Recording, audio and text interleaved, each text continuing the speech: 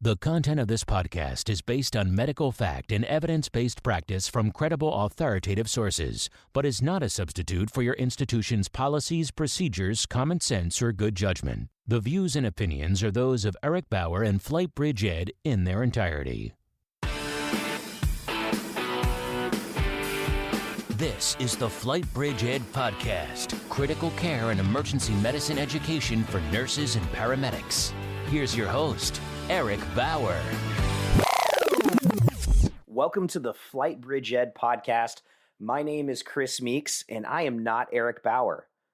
I am here to take over the FlightbridgeED Podcast for one episode only, so don't worry, Eric is coming back. But you're asking yourself, Chris, why are you on this podcast? Well, that's because Eric was ready for some much-needed rest, recovery, and because I'm excited to be a part of the senior education team at FlightbridgeED, taking their quality content all across the country, and I hope to see each and every one of you in person over the course of the next few years. What are we going to talk about on Daddy Bauer's podcast? Well, we know it's got to be good. We know it's got to be interesting. And we tend to stay away from bread and butter topics, but I want to talk about that bread and butter procedure of RSI. I know there's so many different podcasts and episodes out there about RSI, but I want to talk about a very specific concept within RSI, and that is the resuscitative nature of this entire procedure. Now, RSI traditionally stands for a rapid sequence intubation, or depending on who you talk to, which literature you're reading, what country you're from, it may say rapid sequence induction. Now, I want to challenge the concept that RSI should not be rapid, but it should in turn be resuscitative. Now, resuscitations move very quickly.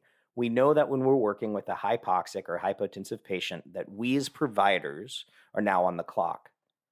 So how do we step in to RSI with a resuscitative mindset without sacrificing time? Well, that comes down to techniques, and it comes down to understanding the give and take of time and accuracy.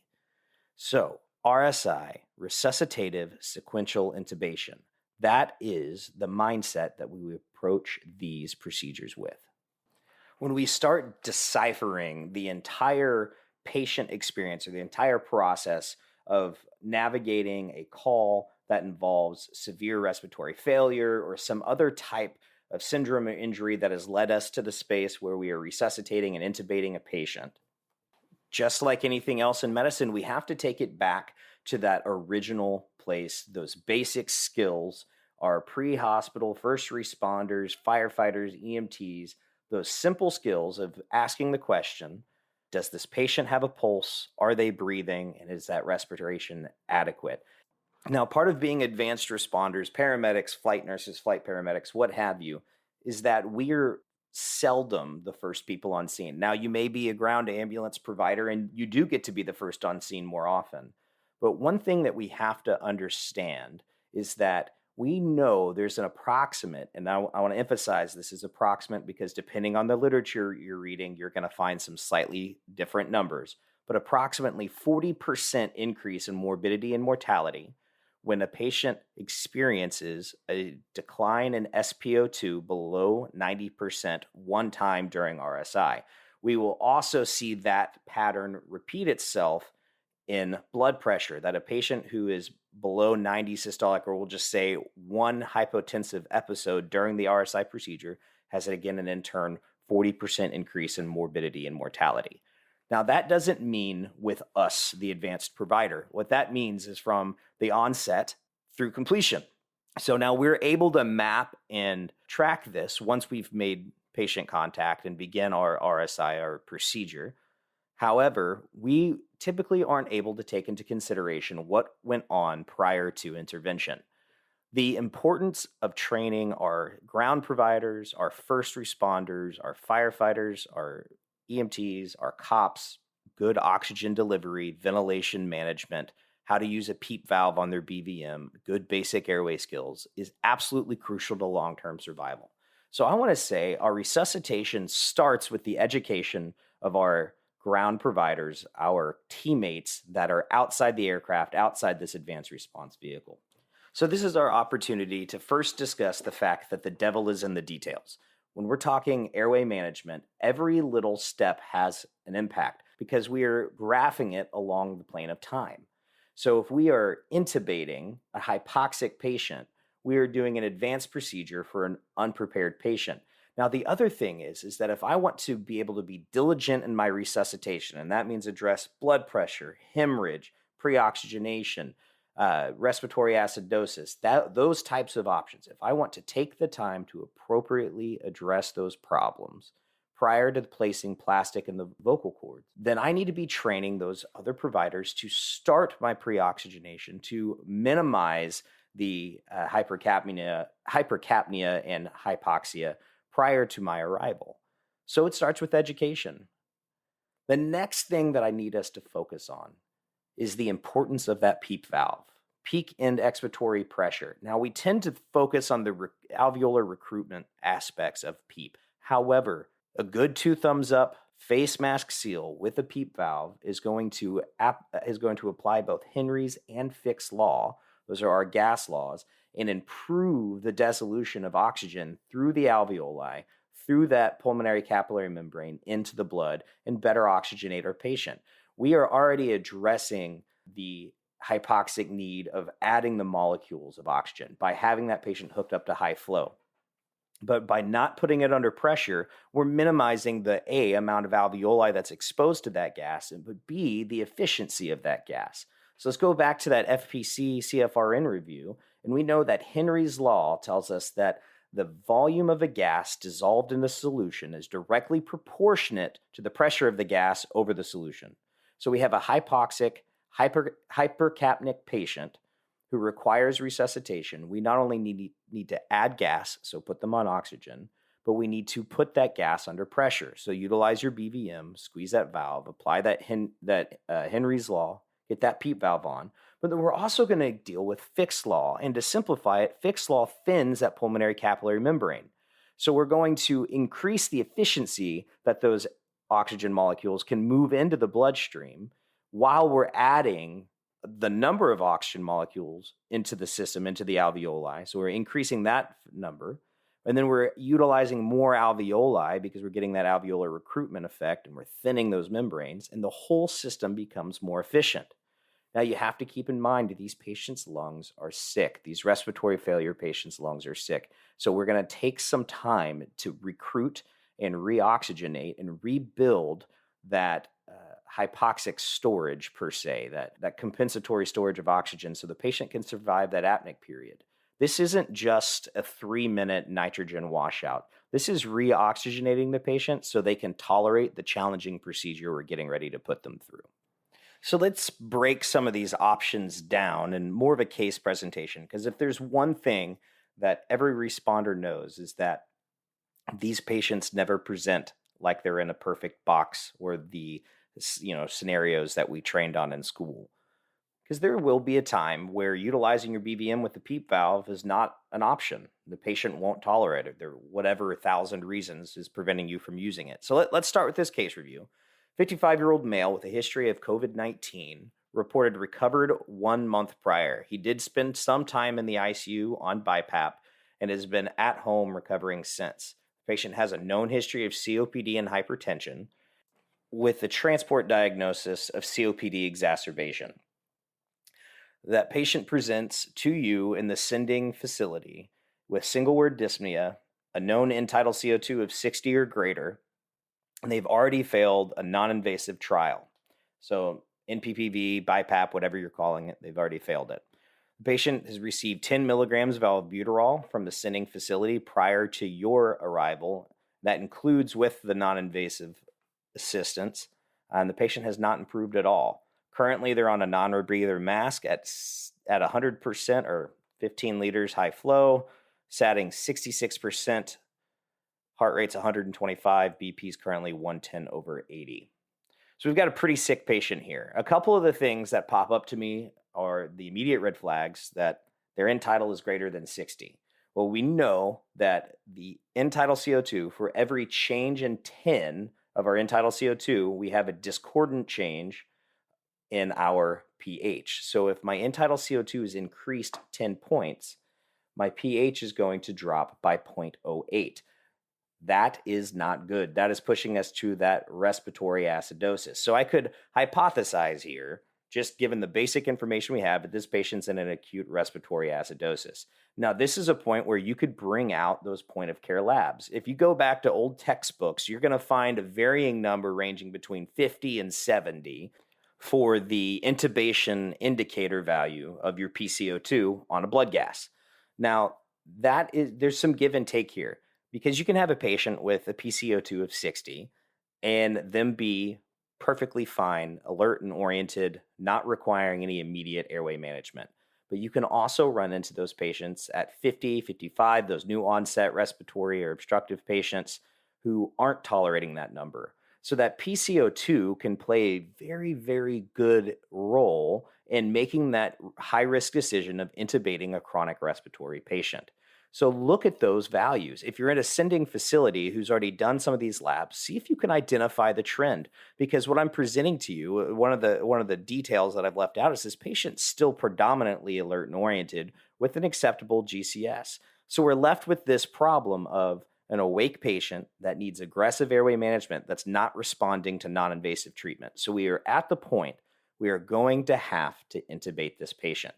But in the current status, this patient's getting the closest to 100% FiO2 that they can get. They're only satting 66%, and their end-tidal is continuing to climb to a level that we know is at least 60.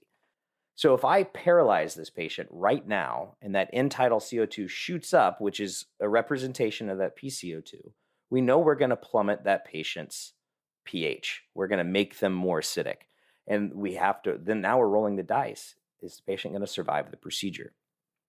So what can we do to mitigate and minimize the risk that this patient expires during the procedure?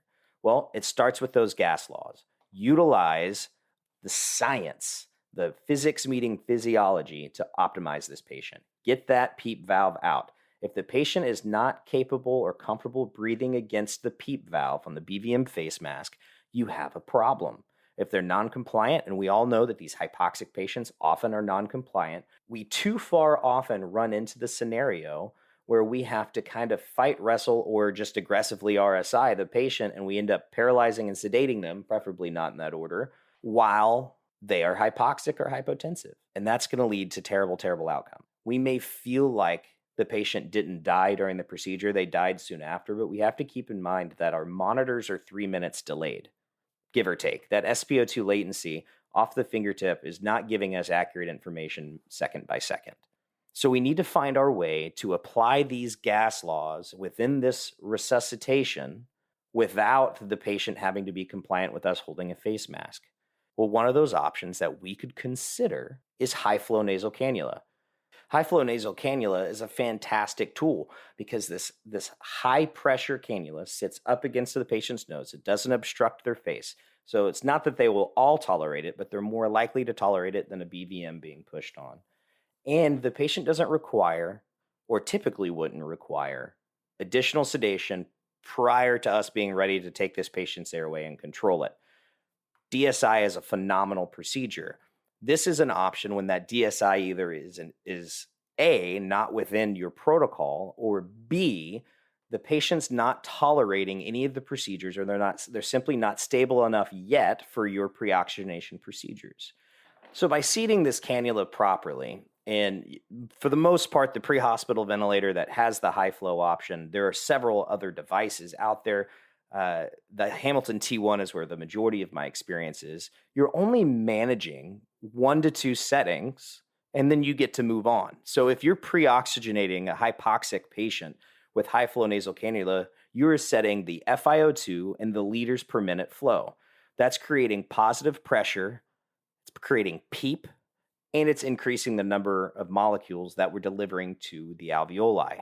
If we combine that with sitting the head of the bed up at least 15 to 20 degrees, we're going to reduce the likelihood that the patient is accumulating air in their abdomen like we often would see with the BVM. We're going to re-recruit more alveoli and improve the lungs' functional capacity, and we stand a better chance of pre-oxygenating the patient.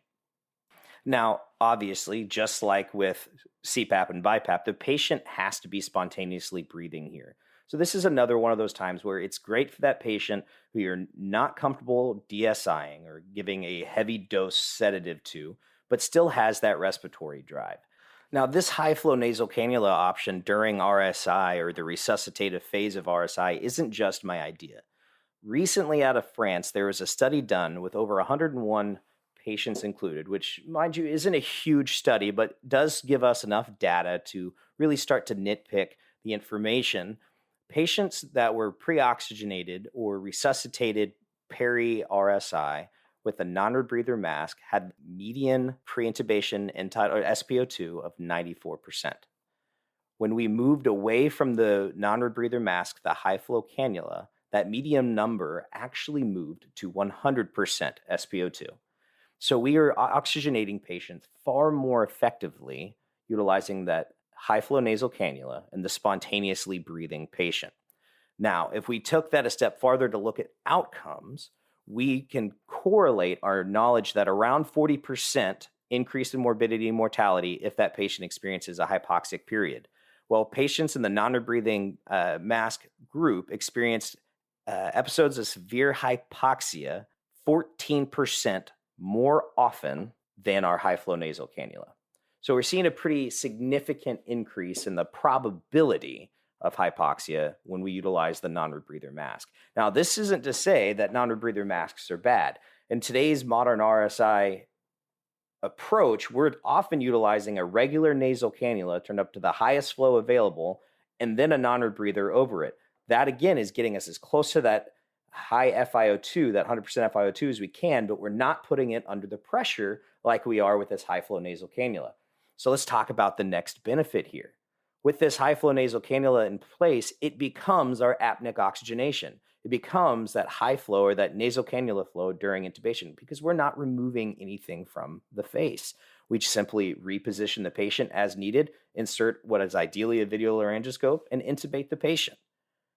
This stands to impact both our workflow and patient outcomes. Because if I can enter an ambulance or a sending facility, place them on high flow cannula, and the amount of time it takes for me to plug in a hose and select 2 settings, and then get to work on the rest of the resuscitation that has to take place prior to my intubation attempt, then I am going to reduce my cognitive load. I'm going to make fewer errors, and the patient's going to have better outcomes.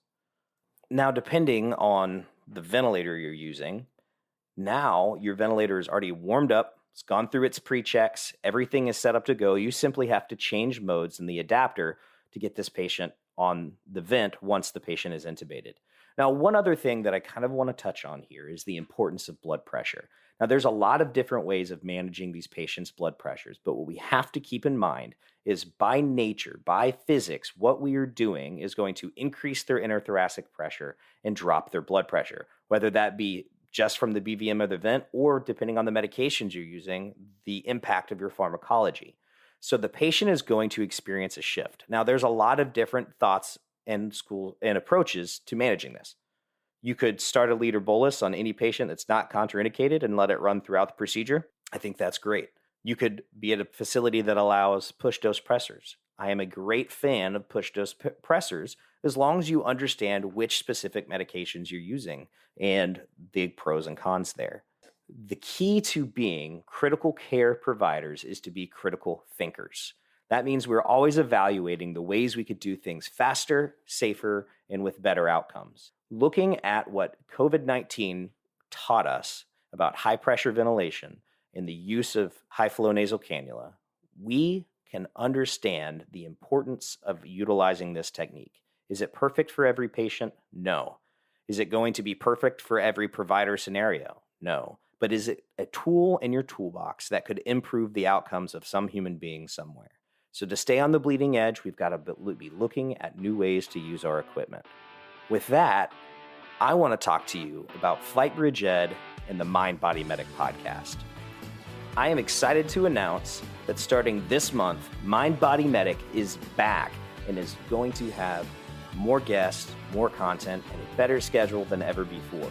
We were gone for a while, but here we are. So please like, follow, subscribe the Mind Body Medic podcast to hear more from me and some of my team as we work together with FlightbridgeED to take good medicine for great people further than it's ever gone before. Thanks for listening, and we'll see you on the Mind Body Medic podcast. This has been a production of the FlightbridgeED Podcast, leading the way in pre-hospital critical care and emergency medicine education.